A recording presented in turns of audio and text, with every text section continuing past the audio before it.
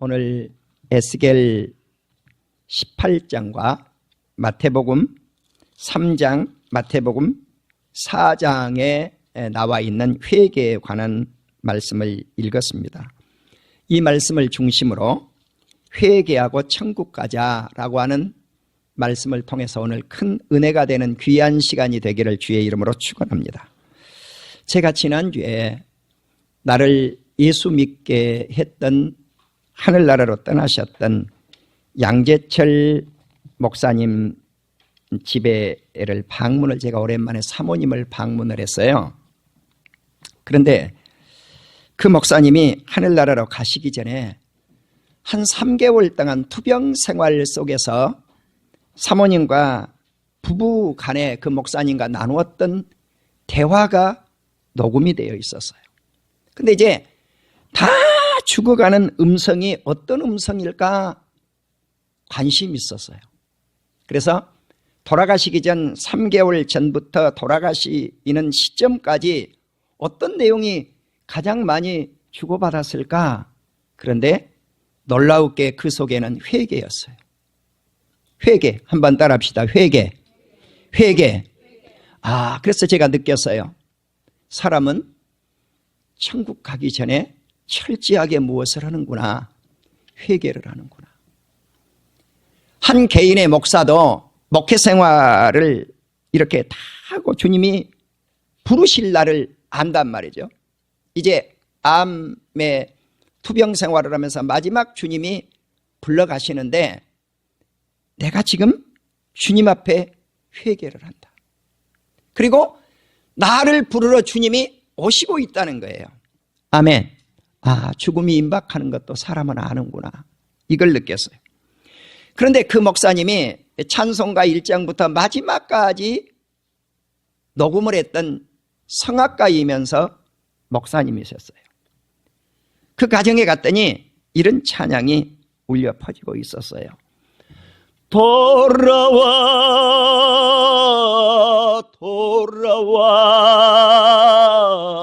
마음이 곤난이여.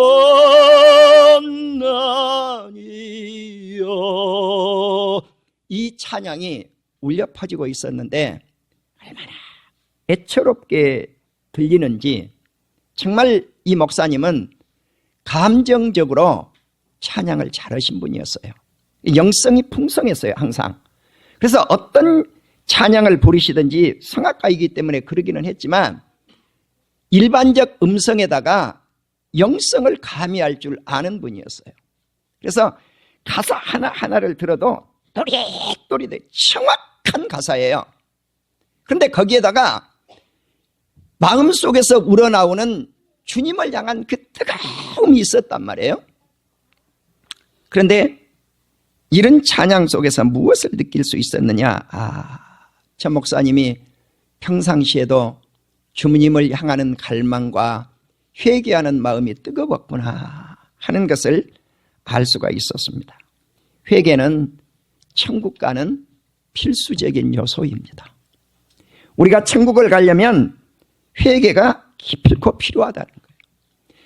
그런데 이 회개를 구약 성경에는 회개라고 하는 단어가 우리말 성경에 그렇게 많이 나오지 않아요. 하나님께 돌아오라. 이것이 실은 회개예요. 그런 돌아오라고 하는 말씀은 많이 등장을 하지만 회개라고 하는 직접적 단어가 그렇게 많이 나오지를 않아요.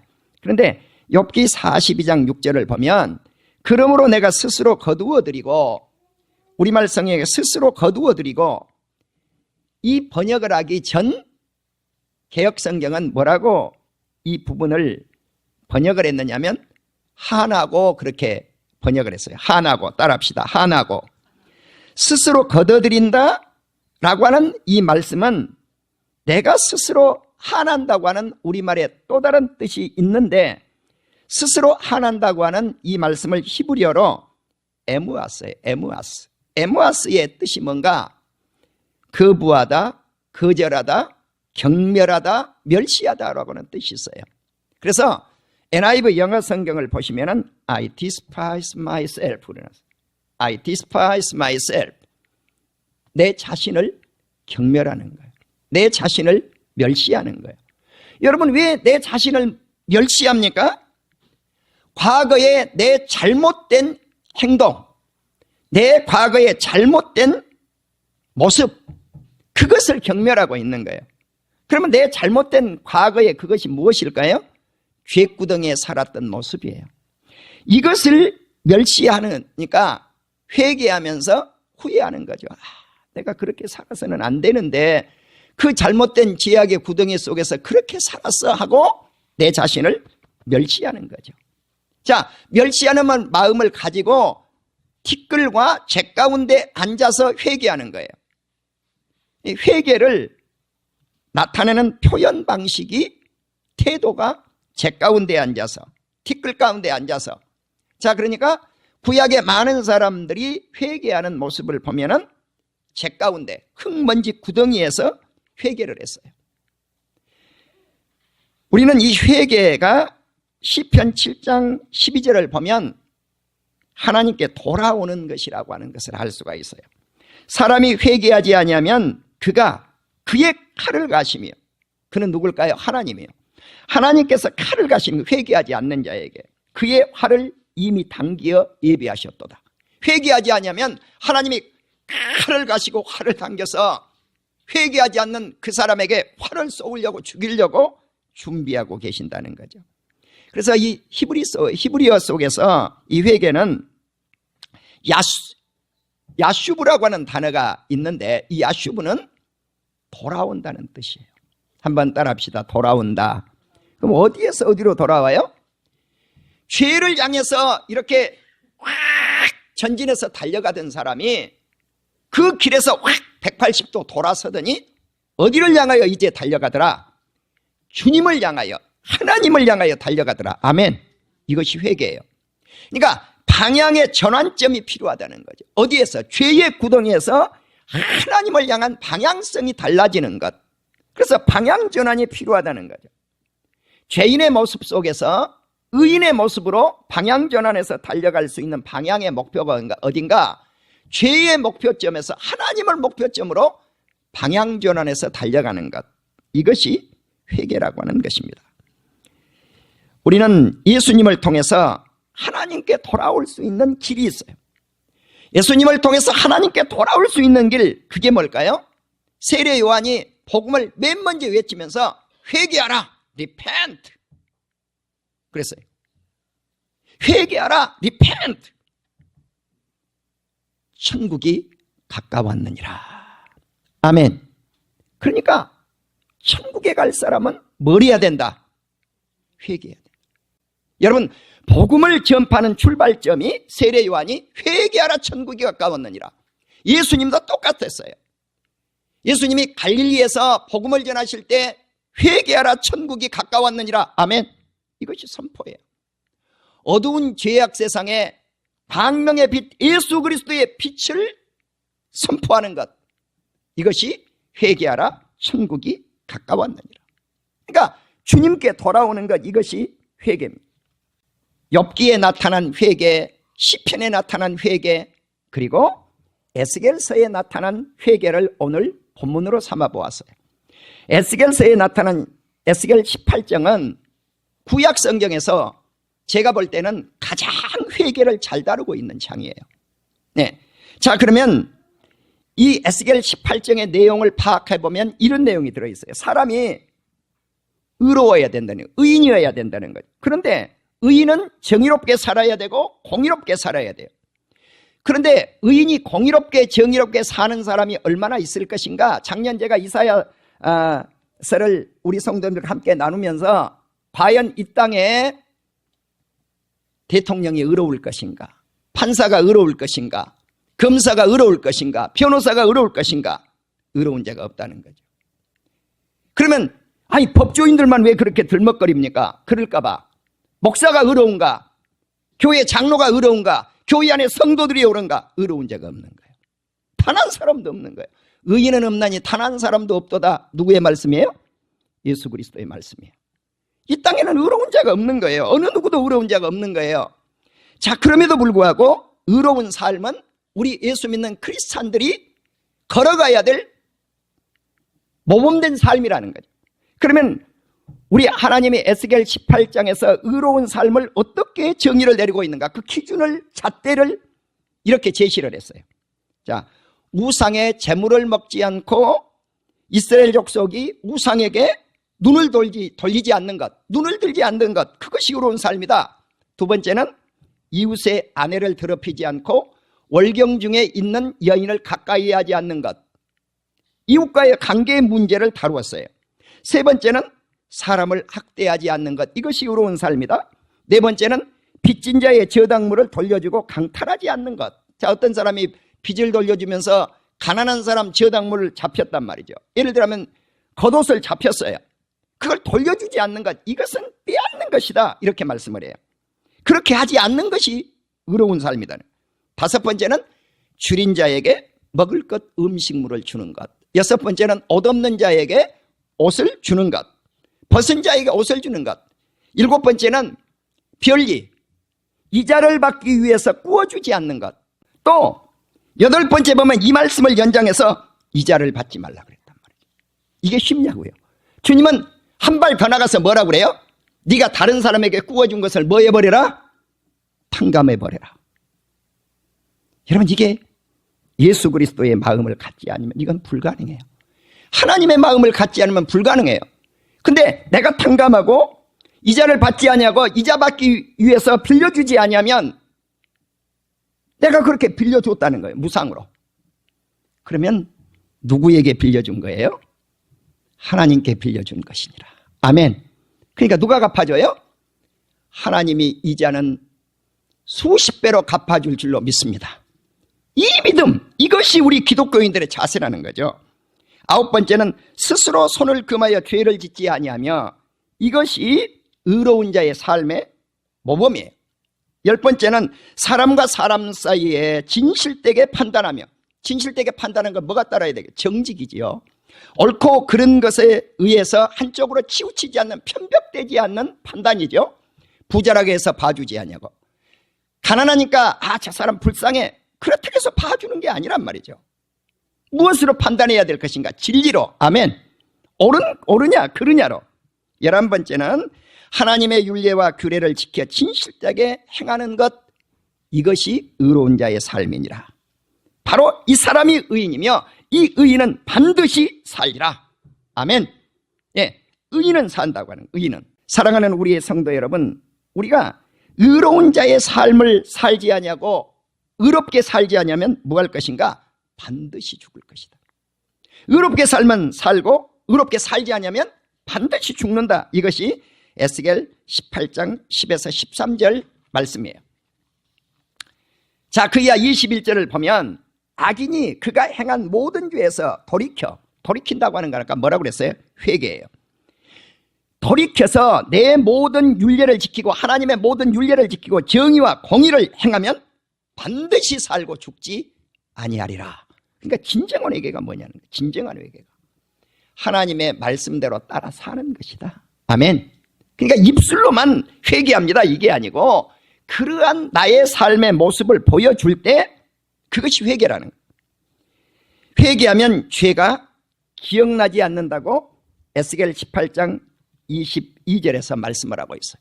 우리의 과거의 죄는 시커먼 것들이에요. 그 시커먼 것이 눈과 같이 양털과 같이 휘어지는데 누구의 피를 통해서 휘어졌어요? 구약은 짐승의 피를 제사를 통해서 아침 저녁으로 지나면 죄가 사해졌는데, 오늘날 신약에 사는 우리 사랑하는 성도님들이 누구의 피를 통해서 정하게 되어진 예수 그리스도의 보혈의 피. 아멘. 이 보혈의 피가 과거의 우리의 모든 죄를 깨끗하게 덮어서 맑게 씻어내 주신 줄로 믿습니다. 그렇기 때문에 보혈의 피를 믿고 따르는 우리 성도님들은 과거의 우리의 모든 죄악을 하나님께서 기억하시지 않는다. 그렇기 때문에 그렇게 믿고 따라가는 성도들은 하나님의 공의대로 살라고 하는 것입니다. 이것이 진정한 회개예요. 하나님은 악인이 죽는 것을 조금도 기뻐하지 않아요. 이 세상의 모든 악한 사람들이 사는 것을 우리 주님이 기뻐하시지, 야 저놈 못된 놈이니까 저놈 죽어버려라, 이것이 주님의 뜻이 아니라는 거예요. 그렇지만 하나님께서 요구하시는 것은 뭡니까? 그 악인이 돌이켜 회개해서 사는 것을 기뻐하시느니라. 아멘. 만일 사람이 의롭게 살다가 공의에서 떠나서 범죄했다고 하면 하나님은 이 사람의 과거의 의로운 행동을 단 한 가지도 기억해 주시지를 않아요. 그러나 악인이 가증한 일을 행하면 살겠습니까? 악인도 못 사는 거예요. 그러니까 의로운 사람이 의롭게 살다가 죄의 구덩으로 사는 것, 이것도 주님이 기억을 해주지 않지만 악인이 악한 길을 걸어가면 그것도 인정하지 않는다는 거죠. 그런데 대신 악인이 악한 길을 걷다가 죄를 회개하고 주님께 돌아오면 그것을 주님은 기뻐하시더라. 아멘. 그래서 이스라엘 백성들이 아니 하나님은 정의롭지가 못하네요. 과거에 선하게 살다가 착한 일을 하다가 그렇게 했다고 그 사람의 그 과거의 행적을 인정해 줘야 될 거 아닙니까? 근데 하나님은 그렇게 살다가 하나님을 떠나버린 사람, 예수님을 떠나버린 사람은 과거의 행적을 인정한다, 인정하지 않는다. 성경은 단 한 가지도 인정하지 않는다고 기억해요. 그래서 주님이 뭐라고 말씀하느냐? 너희들 생각이 정의가 없다는 거죠. 내가 생각하는 것은 정의롭지만 너희가 정의롭지 못하느니라, 이렇게 말씀을 해요. 만일 의인이 공의를 따라 죄악을 행하면 그 죄로 말미암아 죽을 것이다. 악인이 악한 길에서 떠나 돌이켜서 회개하면, 정의와 공의를 행하면 그의 영혼이 보존되리라. 이렇게 에스겔은 말씀을 하고 있어요. 자, 정의와 행위를 정의롭게 행하면, 공의롭게 행하면, 악인이 악한 길에서 떠나면 그의 영혼이 보존된다. 이 보존된다는 뜻은 산다는 뜻이에요. 그의 영혼, 다른 말로 표현하면 생명이 살게 된다. 그래서 NIV 성경은 이렇게 기록이 돼요. 너의 생명이 살고 구원받는다는 거예요. 너의 생명이 구원을 받을 것이다. 자, 산다고 하는 이 말씀을 구원받는다고 하는 말씀으로 번역을 했어요. 강시택 박사님 말씀을 보니까 그의 영혼이 살 것이다 그랬고요. 킹제임스 버전은 그의 영혼이 살고 구원을 받을 것이다 그랬어요. 그러니까 어떤 성경은 산다고 묘사를 하고 어떤 성경은 구원을 받는다고 그랬는데 킹제임스 버전은 두 가지 다 합해가지고 구원도 받고 산다는 거죠. 뉴 아메리칸 스탠더드 바이블은 그의 생명이 구원받을 것이다, 그렇게 번역을 했어요. 그러니까 네 영혼이 보존된다고 하는 말씀은 영혼이 살고 영혼이 구원받은 뜻이라고 하는 것을 알 수가 있어요. 그렇습니다. 하나님은 우리가 돌이켜서 하나님께 돌아와 모든 죄에서 떠날 것을 원하고 계세요. 그렇게 하면 너희들이 범한 과거의 모든 죄악을 버리고 하나님께 돌아오면 너희 마음이 새롭게 될 것이고 너희 영혼이 새롭게 될 것이다. 그래서 이렇게 새로운 마음, 새로운 영, 이것이 우리의 마음을 지배할 수 있는 새 사람이 되는 역사가 있기를 주님의 이름으로 축원합니다. 이스라엘 족속아, 너희가 어찌하여 죽고자 하느냐? 죽을 자를 죽이는 것도 내가 기뻐하지 않는데 너희가 스스로 돌이키고 회개하여 살지니라.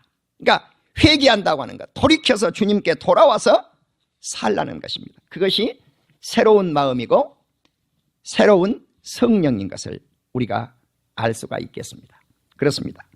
회개하는 사람들은 세례 요한처럼 회개하라 천국이 가까웠느니라 이렇게 외칠 수 있어야 될 줄로 믿습니다. 세례 요한이 요단강가에서 이 말씀을 외칠 때 많은 바리새인들, 사두개인들이 몰려들어왔어요. 그때 세례 요한이 뭐라고 합니까? 독사의 자식들아 그러잖아요. 너희가 임박한 진노를 피하려고 하느냐? 그러면서 그들에게 합당한 회개의 열매를 맺고 살아라. 합당한 회개의 열매가 뭘까요? 에스겔 선지자가 외쳤던 그 말씀이라는 거죠. 자, 세례 요한이 세례를 베푼 목적이 무엇입니까? 회개하기 위하여. 나는 물로 세례를 주거니와 내 뒤에 오시는 이는 물과 성령으로 세례를 베푸느니라. 아멘. 누구세요? 예수님이. 예수님이 요단강가에서 세례 요한으로부터 세례를 받고 나니까 비둘기 같은 성령이 예수님께 임해요. 비둘기 같은 성령이 임하시고 마귀에게 이끌려서 시험을 받으시고 천사의 수종을 받아요. 그리고 갈릴리 바닷가에 가셔서 복음을 외치지요. 그때 예수님 뭐라고 그래요? 회개하라, 천국이 가까웠느니라. 아멘. 똑같은 말씀이란 말입니다.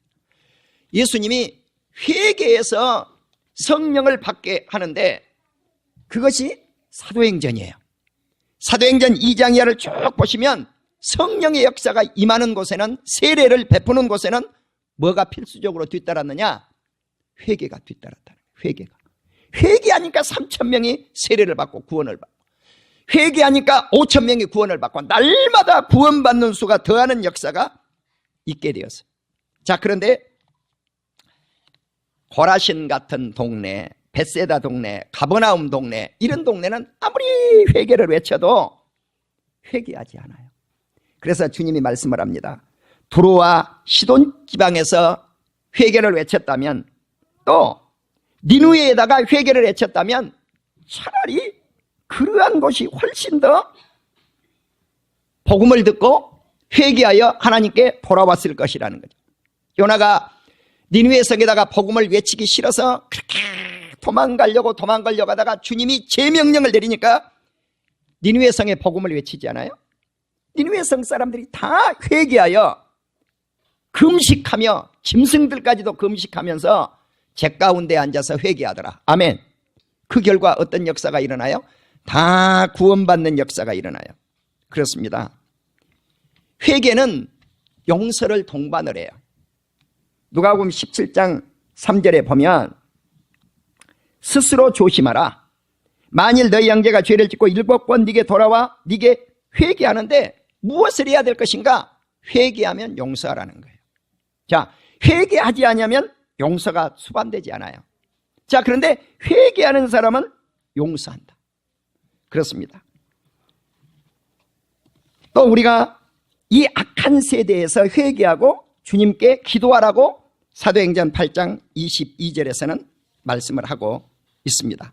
이제 회개의 외침에 관한 말씀은 신약에서는 수없이 많이 있는데 몇 가지만 예를 들고 말씀을 맺겠습니다.